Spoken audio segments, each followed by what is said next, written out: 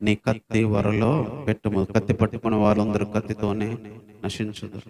ఈ సమయంలో నేను నా తండ్రిని వేడుకొనలేనని వేడుకొని నేను ఆయన 12 సేనా వ్యూహాల కంటే ఎక్కువ దూతలను ఇప్పుడే నాకు పంపడని నువ్వు అనుకుంటున్నావా? అక్కడ పోరాడే అవకాశం ఉంది, కొట్టే అవకాశం ఉంది.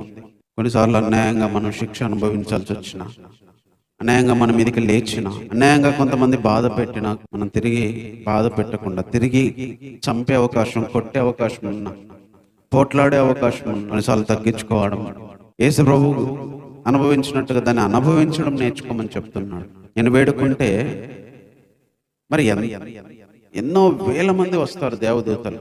యేసు ప్రభువు చంపే టైంలో చంపడానికి వెళ్ళిన పేతురు వేస్తుంటే తల్ల కిందలుగా చనిపోయాడు. పేతురు ఒక అమూల్యమైన విషయాన్ని ప్రభువు నేర్పిస్తూ వచ్చాడు. మీరు పోరాడాల్సింది ఇలా కాదు, మీరు జయించాల్సింది ఇలా కాదు.